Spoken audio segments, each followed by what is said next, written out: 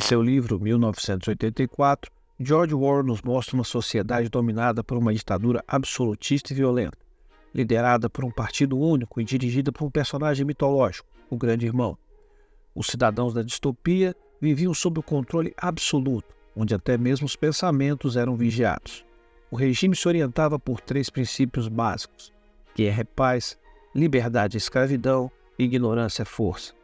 A inversão dos valores e princípios básicos da consciência humana era uma das principais ferramentas do regime para controlar a população e possuía ferramentas burocráticas poderosas para operacionalizar suas ações.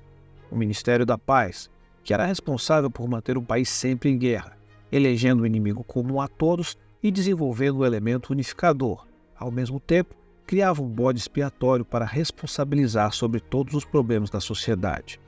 O Ministério da Fartura, responsável pela economia e por manter a população faminta. O Ministério do Amor, responsável pela espionagem e controle da população, através da violência, vigilância constante e tortura. Por último, o Ministério da Verdade, responsável por todos os registros que poderiam dar às pessoas uma noção da realidade. Documentos oficiais, jornais escritos e livros eram controlados, apreendidos, proibidos e reescritos de acordo com a conveniência do regime, seguindo a lógica de que o partido era infalível e nunca errava. Toda essa máquina opressora tinha como ferramenta principal para controlar a população a censura, que não se limitava às manifestações externas do pensamento, mas buscava o controle das consciências. Assim, as pessoas precisavam dissimular as manifestações mais discretas de descontentamento, até em suas expressões faciais, sorriso, choro ou qualquer outro sinal que pudesse ser identificado pelas autoridades como discordância relativa à política do Grande Irmão.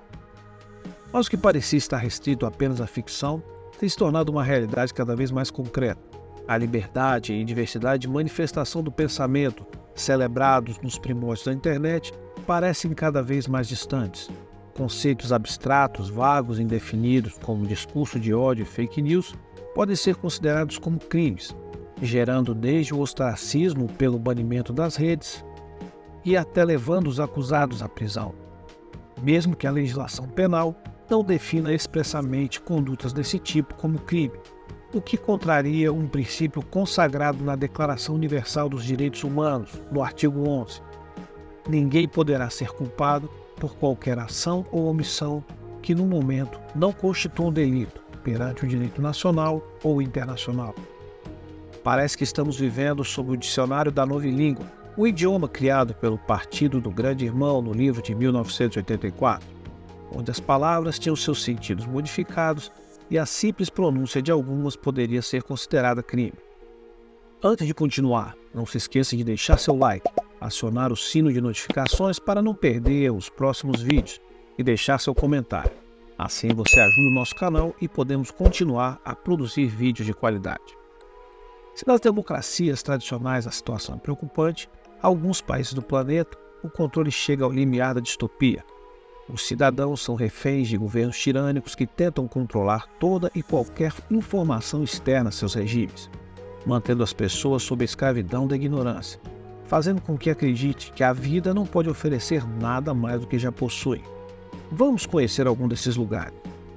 A CPJ, o Comitê para a Proteção dos Jornalistas, é uma organização independente sem fins lucrativos que promove a liberdade de imprensa em todo o mundo. Seu trabalho é defender o direito dos jornalistas de publicar notícias com segurança e sem medo de represálias. O CPJ informa sobre violações em países com regimes repressores, zonas de conflito e em democracias estabelecidas. Um conselho de jornalistas proeminentes de todo o mundo ajuda a orientar as atividades do CPJ. Eles mantêm um ranking dos países onde há maior pressão dos governos que utilizam a censura digital, vigilância sofisticada e métodos tradicionais para silenciar jornalistas e impedir que as populações tenham acesso às informações. Eritreia. A Eritreia é governada pelo presidente Isaias Afwerki desde 1993. No ano de 2001, o governo fechou toda a mídia independente e o país, que possui o maior número de jornalistas presos na África subsaariana, conta com pelo menos 16 profissionais encarcerados. Em 1º de janeiro de 2018, a maioria foi presa na repressão de 2001 e nenhum foi julgado. Segundo o Grupo de Defesa da Liberdade de Expressão, artigo 19, a Lei de Imprensa de 1996 exige que os meios de comunicação promovam os objetivos nacionais.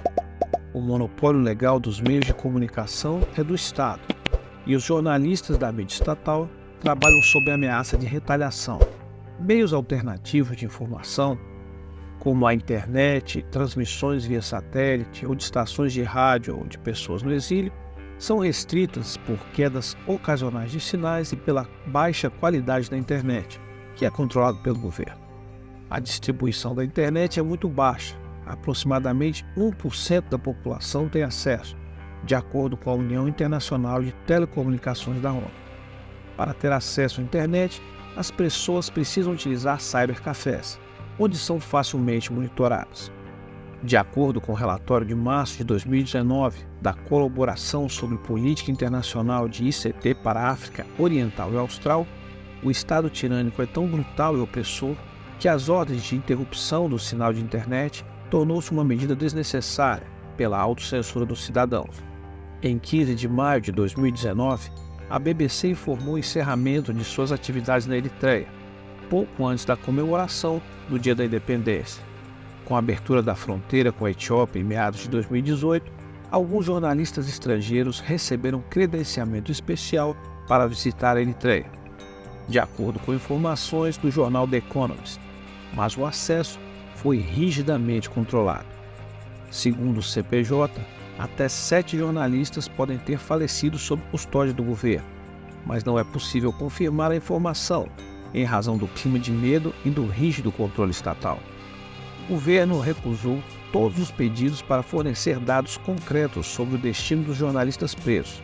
Em junho de 2019, cerca de 100 importantes jornalistas africanos, acadêmicos e ativistas escreveram uma carta aberta à FEREC, solicitando autorização para visitar os jornalistas e ativistas presos. O pedido foi completamente rejeitado e considerado inapropriado pelo Ministério da Informação da Eritreia. Coreia do Norte. Governada por Kim Jong-un, que assumiu o cargo em 2011 após a morte do seu pai, Kim Jong-il.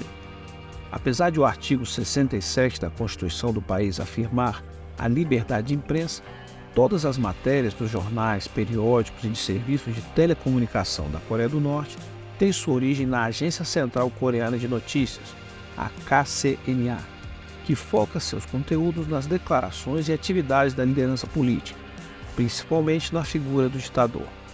A KCNA, que filtra toda a cobertura de notícias estrangeiras, realizou uma mega cobertura quando o presidente dos Estados Unidos, Donald Trump, visitou o país, apesar de o encontro ter durado cerca de 45 minutos. De acordo com a KCNA, foi um evento incrível.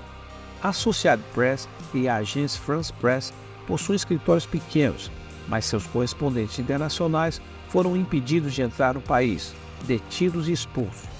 Apenas a elite política tem acesso à internet de forma irrestrita, mas algumas escolas e instituições estatais têm acesso a uma intranet extremamente controlada, a Kwangmyong.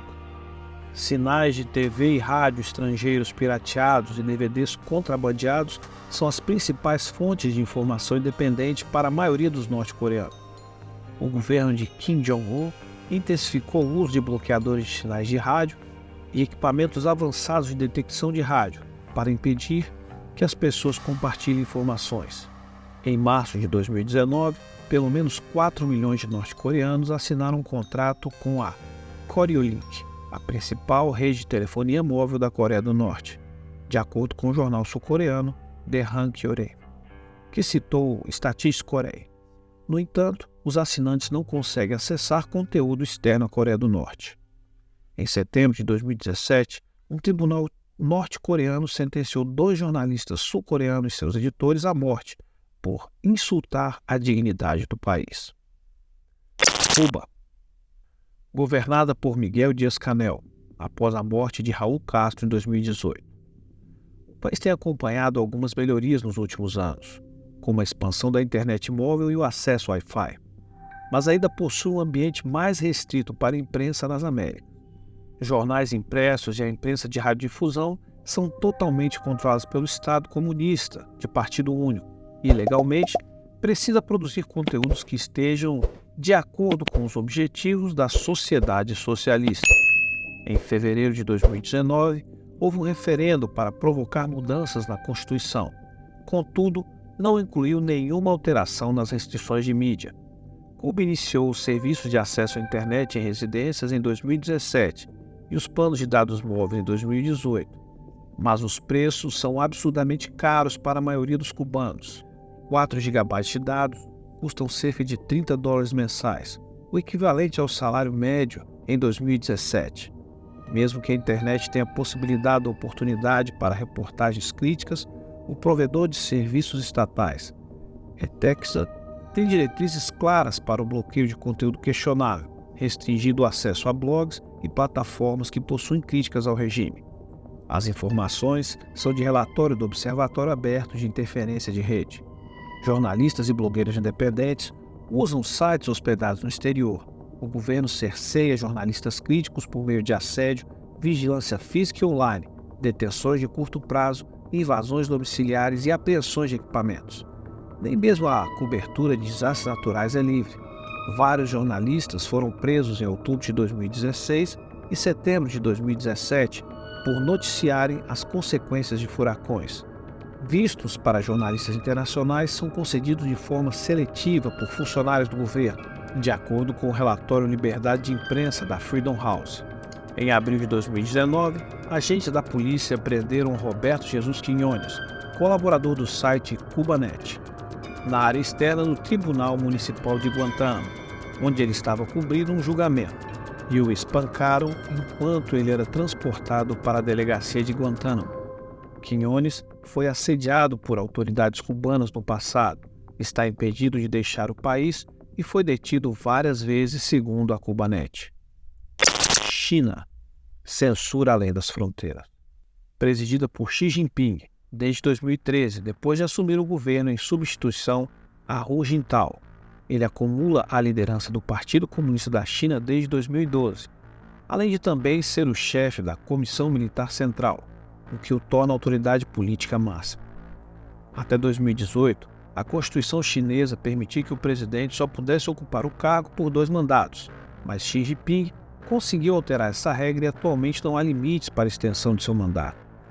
A China possui um órgão central de controle de notícias, a Xinhua News Agency, que determina como devem ser feitas as coberturas dos eventos mais sensíveis. A agência também produz matérias que são a matéria-prima para a maior parte dos veículos de comunicação do país, que reproduzem os conteúdos da agência. Dessa forma, praticamente tudo que é publicado pela imprensa é produzido pelo governo, fazendo com que grande parte da população não perceba a censura. A Agência Oficial de Censura conta com aproximadamente 30 mil agentes contratados para analisar o conteúdo de textos, vídeos e áudios. Mesmo a publicidade de produtos pode ser censurada, como aconteceu em setembro de 2007, quando a Administração Estatal de Rádio, Filme e Televisão proibiu anúncios por seus conteúdos considerados inadequados. A autocensura faz com que a maior parte dos veículos sequer cheguem a publicar certas notícias, mesmo antes de sofrerem alguma punição. O receio é que acabem sofrendo reprimendas mais extremas, como a perda de licença para funcionamento ou a prisão de jornalistas. A ONG Repórteres Sem Fronteiras registrou que, no ano de 2006, 131 jornalistas foram presos no mundo. 25% das prisões ocorreram na China. A internet chinesa é rigidamente controlada por um sistema conhecido como Projeto Escudo Dourado, ou Grande Firewall da China. É o programa de censura digital mais avançado e extenso do mundo, que impede que os cidadãos chineses tenham acesso a sites estrangeiros específicos. A ferramenta utiliza diversas técnicas e estratégias para implementar a censura, controlar a internet do país através de gateways de rede para analisar, filtrar e manipular o tráfego dentro e fora da China. O escudo dourado não deixa que os usuários percebam que as páginas ou serviços que tentam acessar estão bloqueados. Quando tentam acessar os conteúdos considerados inadequados, as pessoas não veem mensagens claras sobre o bloqueio.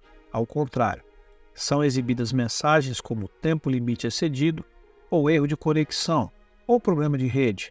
Assim, os cidadãos chineses não conseguem saber os motivos reais do problema. Censura no exterior.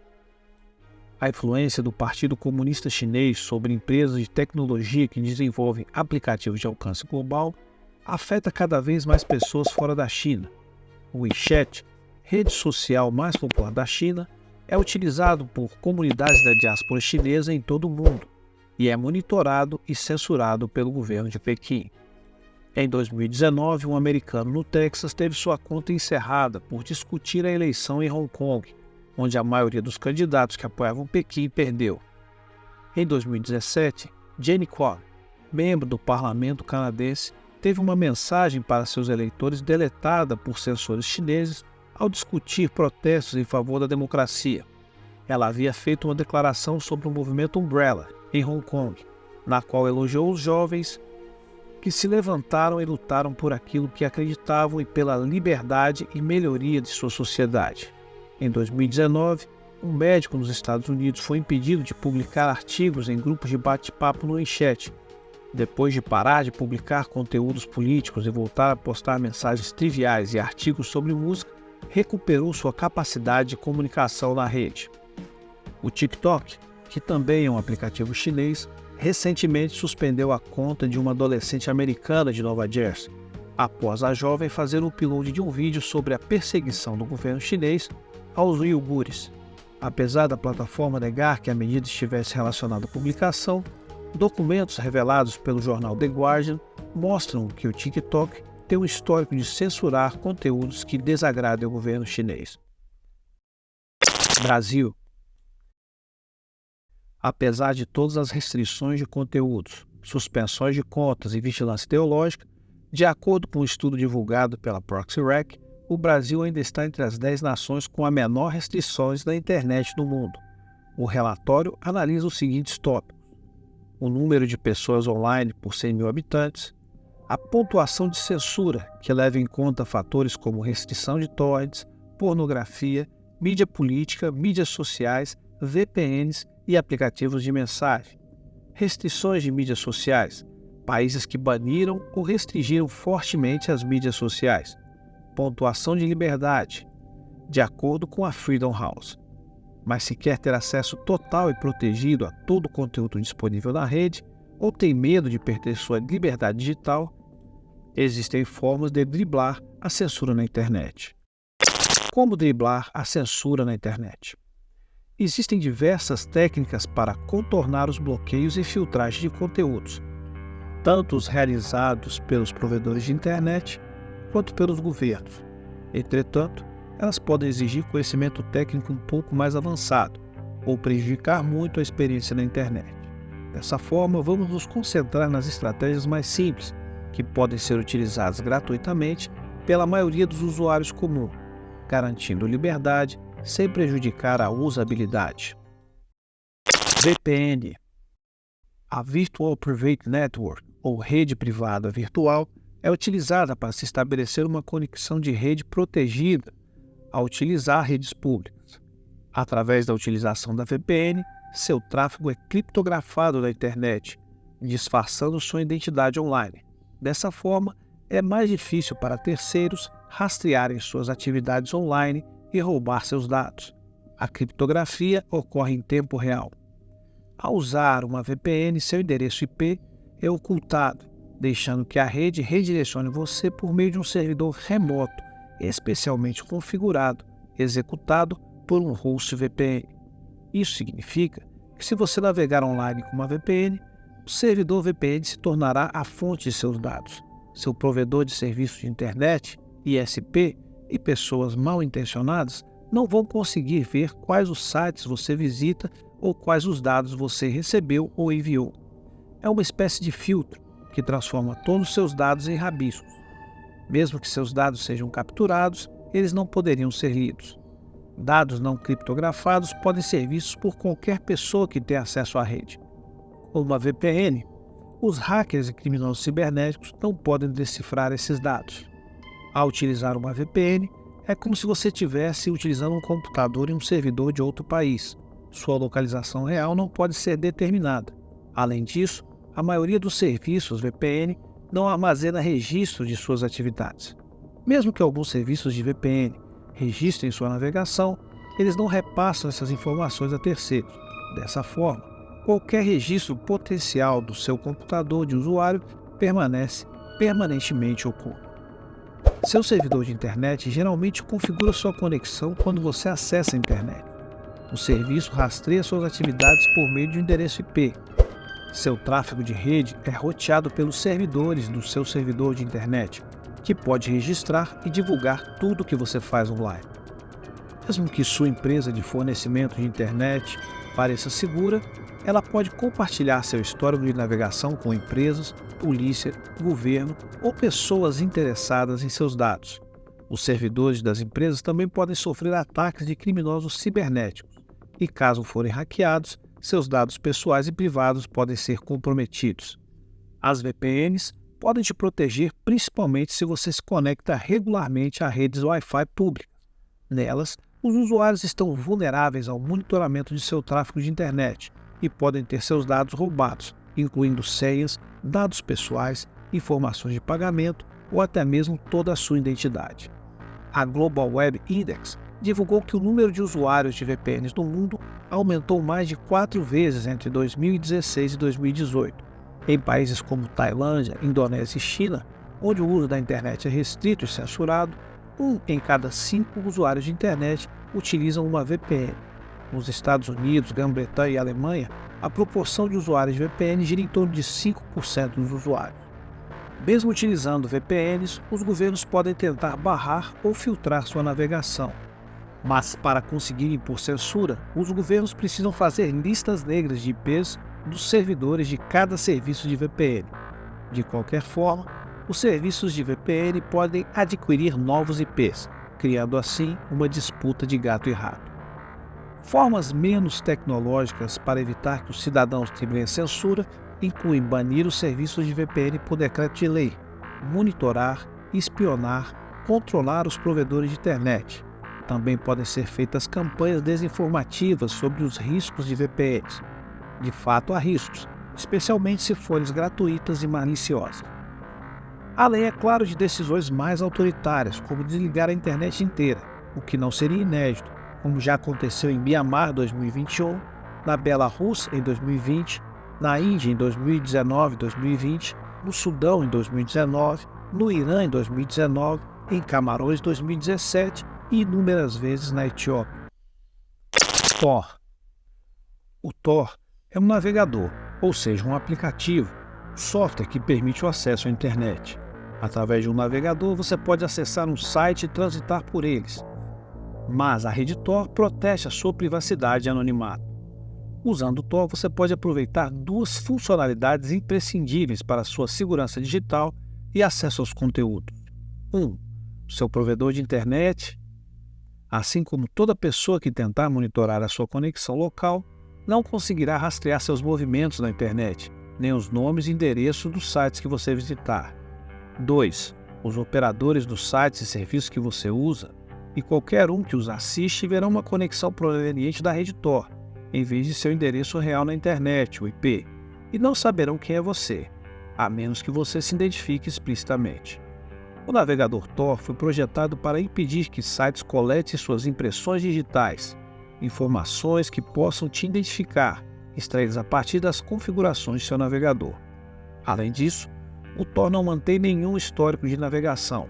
Os cookies são válidos apenas para uma única sessão e renovados a cada novo acesso. Apesar de toda a tecnologia envolvida, o usuário final não sente muita diferença na navegação com a utilização do Tor, mas pode-se perceber uma perda de velocidade na exibição dos conteúdos, preço baixo a se pagar pela segurança e liberdade. Vivemos sob uma constante pressão sobre o que é dito e o que pode ser visto na internet. Desde a popularização das redes, a vigilância ideológica nunca foi tão forte. Uma vigilância que não se origina apenas dos governos, mas é exercida por grupos organizados, coletivos, instituições privadas e até por influenciadores digitais. Nunca a frase cunhada por Thomas Jefferson foi tão atual. O preço da liberdade é a eterna vigilância. A internet tem se tornado a teletela, a ferramenta de vigilância da população, utilizada pelo Partido do Grande Irmão, do livro 1984. Enganar e despistar o controle será cada vez mais fundamental para garantir a liberdade e adiar ao máximo a concretização da distopia. O que podemos fazer agora é proteger nossas redes, nossa privacidade e lutar, dentro e fora da internet, para que nossa liberdade permaneça preservada. E você, tem alguma história sobre censura ou restrição de conteúdo? Deixe sua opinião ou sua história nos comentários. E não se esqueça de curtir o vídeo e acionar o sininho para não perder nenhum dos nossos vídeos. Um grande abraço e até a próxima.